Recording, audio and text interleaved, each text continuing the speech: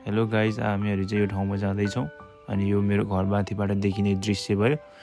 अनि हामी चाहिँ यही बाटो हुँदै हाम्रो गाउँ वरिपरि घुम्दै हामी त्यो अघिको ठाउँमा पुग्दैछौँ।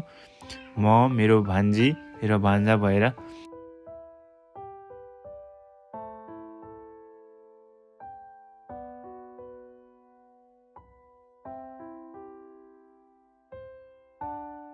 हामीहरू यसरी बाटोमा हिँड्दै थियौँ अनि बाटोमा चाहिँ हामीले बाँदर देख्यौँ र बाँदरलाई हामीहरू लखड्दै गयौँ।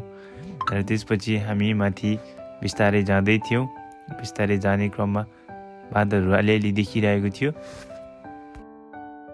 यो ठाउँमा चाहिँ मेरो बाल्यकाल नै यहीँ बितेको थियो र अहिलेसम्म पनि बितिरहेकै छ। अनि म पढेको स्कुल चाहिँ यो रह्यो। म 5 क्लाससम्म यो स्कुलमा पढेको थिएँ।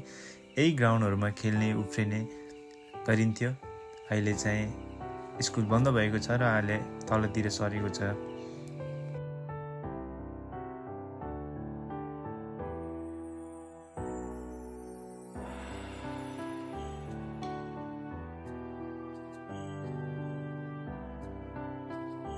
अनि हामीहरू यहाँबाट पनि निक्लिएर हामीहरू अगाडि बढ्यौँ र अगाडि बढ्ने क्रममा बाटोहरूमा हामीले देखेको दृश्य र बेगनास्थलमा पनि देखिएको दृश्य यस्तो रमाइलो थियो।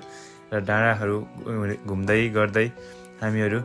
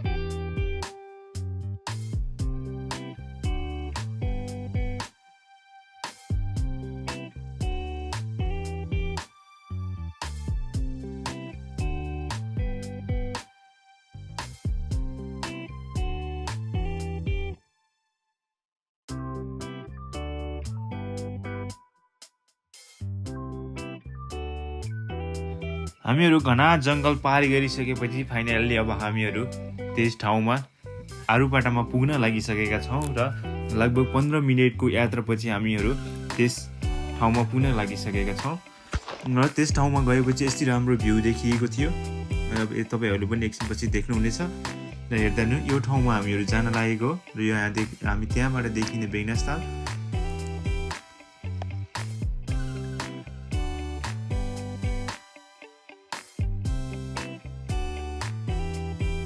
हामीहरू हिँड्दै जाने क्रममा डोजरले बाटो खनिरहेको थियो र हामीहरूलाई डोजरले खनेको बाटो पार गर्नको लागि निकै गाह्रो भइरहेको थियो।